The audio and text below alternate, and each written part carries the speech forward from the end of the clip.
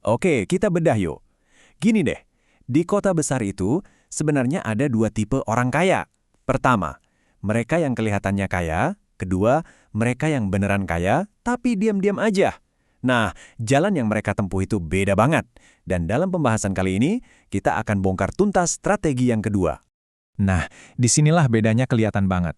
Di satu sisi, ada orang yang fokusnya upgrade gaya hidup. Tiap kali gaji naik, mobilnya ganti. Dapat bonus, langsung deh liburan ke tempat yang lebih jauh. Kelihatannya kinclong banget dari luar. Tapi, di sisi lain, ada tipe kedua. Fokus mereka bukan gaya hidup, tapi upgrade aset. Mereka sibuk memperkuat cash flow, nambahin dana darurat, dan konsisten numbuhin investasi. Mereka nggak ikut lomba, siapa paling kelihatan sukses. Tapi lomba buat jadi stabil beneran. Sekarang, coba deh, jujur sama diri sendiri. Kalau katakanlah besok pagi, gaji kamu tiba-tiba naik 2 kali lipat, apa sih hal pertama yang bakal kamu ubah?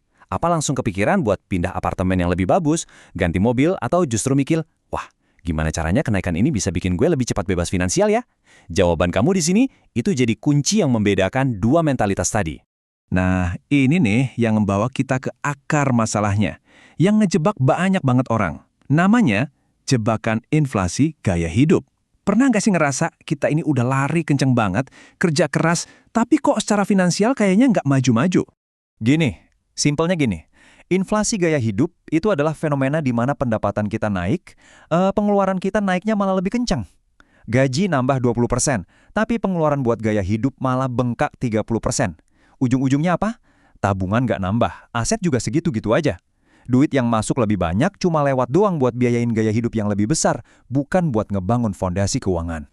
Dan ini tuh kejadian bukan karena kita orang yang lemah ya, tapi karena ada tekanan-tekanan halus dari sekitar.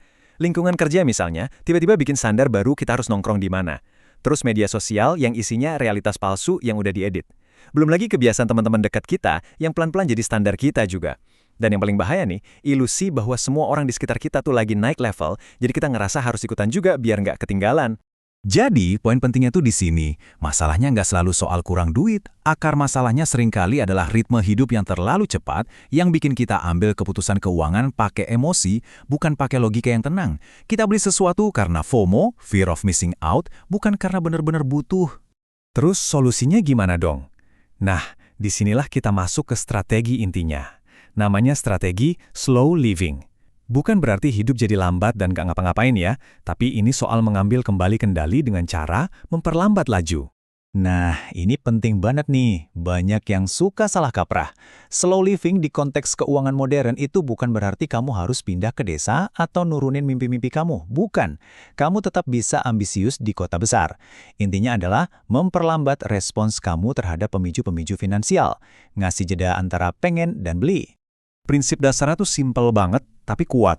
Pertama, kamu nggak beli barang cuma karena lagi diskon. Kedua, kamu nggak upgrade gaya hidup cuma karena lihat orang lain upgrade.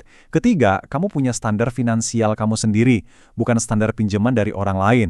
Dan yang paling penting, tujuan kamu kerja keras itu buat bangun aset, bukan buat biayain gaya hidup yang kelihatannya keren doang. Oke, cukup teorinya. Sekarang kita masuk yang praktis yang bisa langsung kamu lakuin hari ini juga. Ada 3 aturan sederhana buat mulai membangun stabilitas. Aturan pertama, sebutannya aturan 48 jam. Tiap kali kamu pengen beli barang yang nggak penting-penting amat, tahan dulu. Tunggu 2 hari, jangan langsung check out. Sering banget setelah 2 hari rasa pengennya itu udah hilang. Kedua, aset dulu, baru upgrade. Jangan buru-buru pindah ke tempat tinggal yang lebih mahal sebelum aset produktif kamu, kayak investasi, itu stabil. Ketiga, dana darurat dulu. Jangan pernah nambah utang atau cicilan baru sebelum kamu punya dana darurat minimal untuk nutupin 6 bulan biaya hidup. Ini tuh fondasi, harga mati, gak bisa ditawar-tawar. Dan ini harus jadi mantra baru buat kamu.